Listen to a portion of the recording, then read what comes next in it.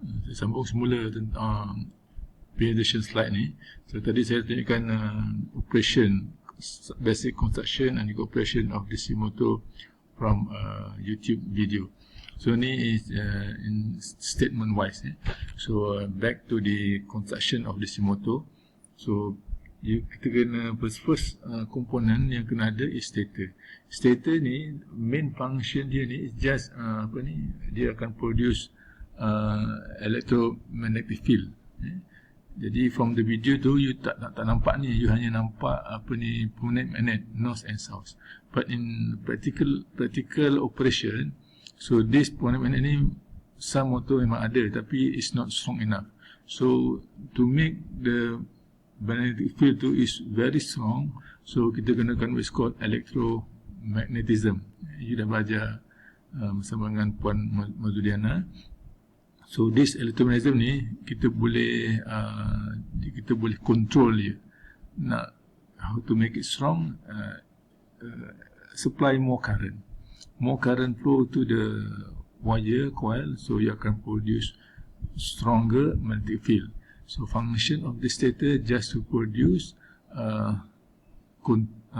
magnetic field in which kita boleh control. Jadi apa yang ada dekat stator ni just is a coil winding. So the stator winding ataupun certain artikel dia panggil field winding. Samalah, stator winding, field winding sama. So ni kita punya, dia ada slot ni. Slot ni macam drain ni, so kita letakkan wire. So ini you hanya ada 4 winding. Ni satu ni is 1 pair pole, ni second pair pole. Total dia ada 4 pole. Jadi kalau pair pole kena 2 lah. Kalau ni north dekat south, ni pun west, ni pun sama, satu north satu ke south. So ni is your stator winding. Dia tak bergerak, dia hanya function dia just to produce electromagnetic field. So electromagnetic field ni, as I said earlier, is a magnetic field yang mana kita boleh control. So this is one advantage of electromagnetism. Ni lebih simple lah. Ni hanya ada 2 pairs stator winding aja. Satu north maybe, satu south. Ni yang kecil, ni kecil lah. Ini film ni untuk motor, small motor je. Ini is besar. Kalau dia mungkin ada motor yang ada number of pole mungkin lebih banyak. Ini 2, ini 4, mungkin ada 6, 8 dan sebagainya. So it depend on application.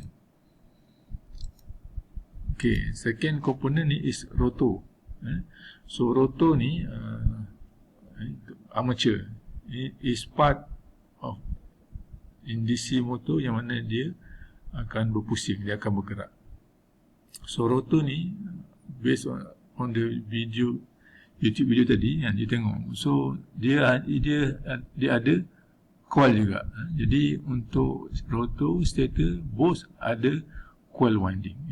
Untuk rotor ni, purpose dia is to provide the rotating element in a DC motor.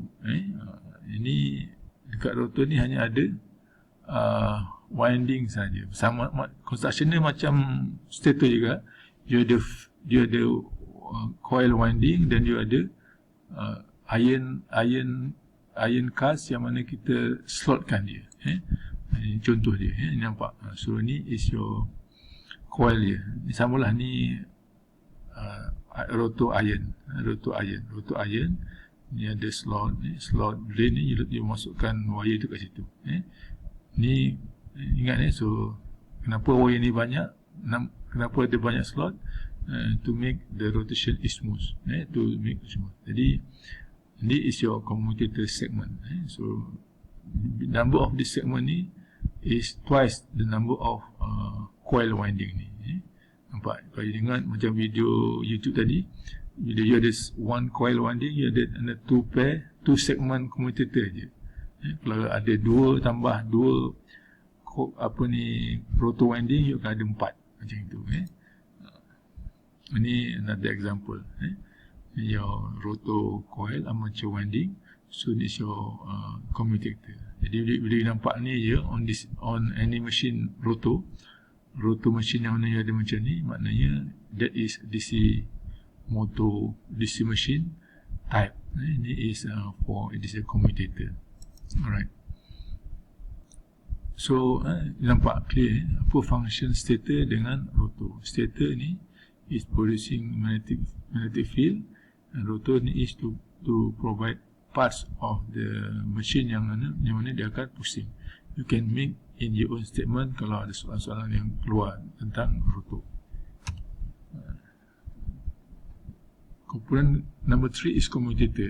Ingat tadi saya earlier, commutator ni is a mechanical connector.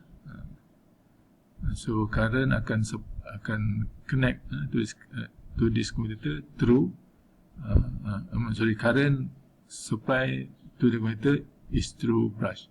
Jadi right, force component is brush.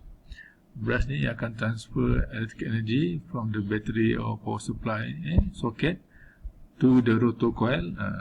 Jadi sequence dia, electrical supply battery dia akan go to the brush akan go to the commutator segment, dan semua akan let current flow into the rotor winding. So this is how rotor winding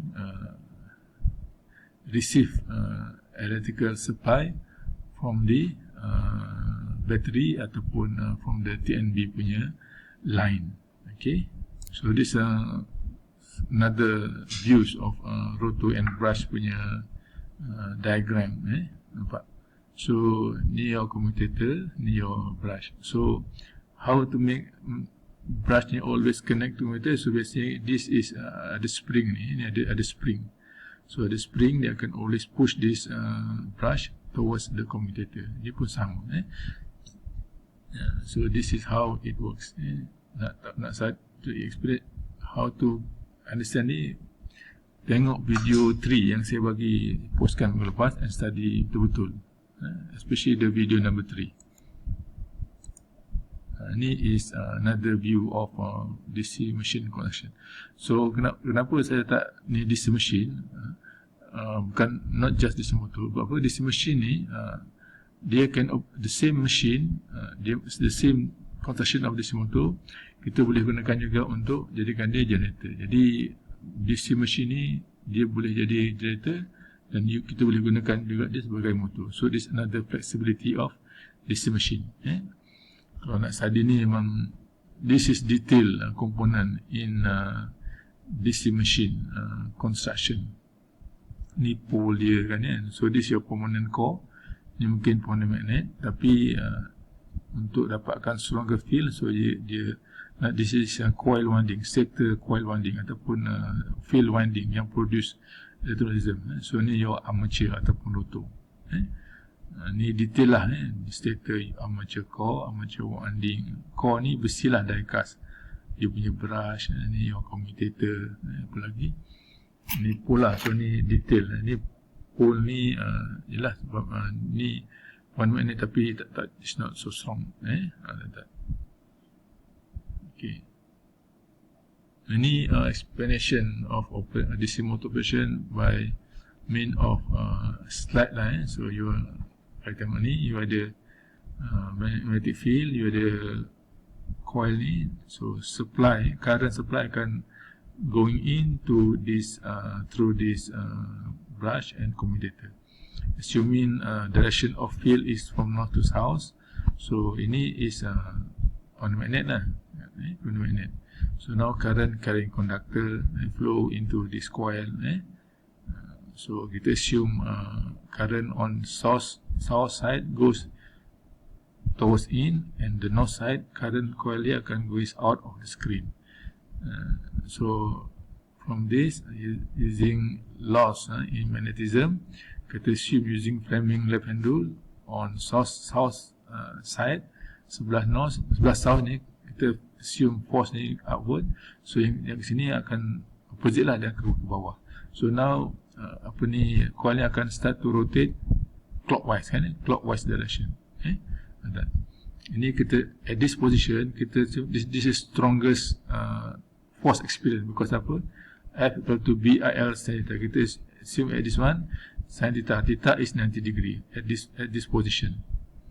Okay, Ini statement ni is referring to the kenapa rotor coil tu ada banyak winding. So the answer seperti yang kita discuss dalam video tadi.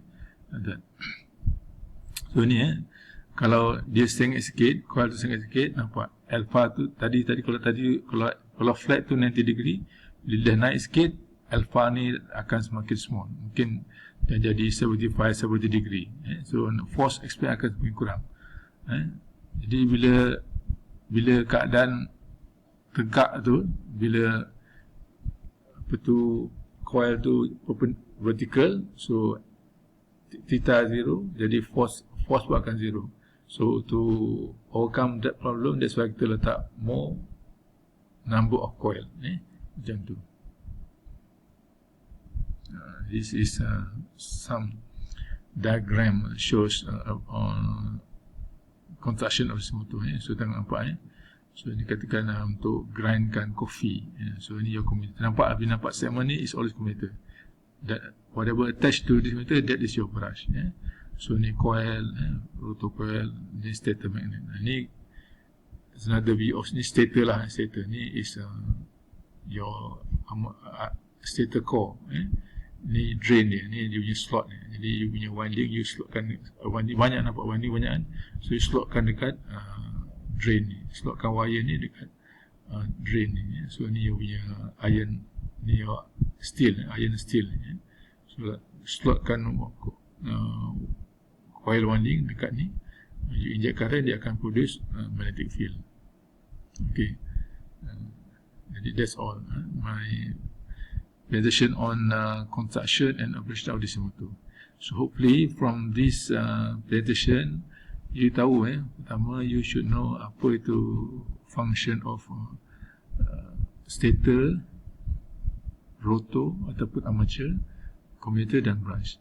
And you hopefully you pun faham tentang how DC motor operate. Jadi if you is anything yang you do not understand or you still ni, you boleh post to me, you boleh tanya through WhatsApp which part, which slide number, kalau video, this video which minit ketiga ke minit ke sekian, you nak clear, please ask question through WhatsApp. Okay, so that is the end of my session untuk this presentation. Thank you very much. Assalamualaikum and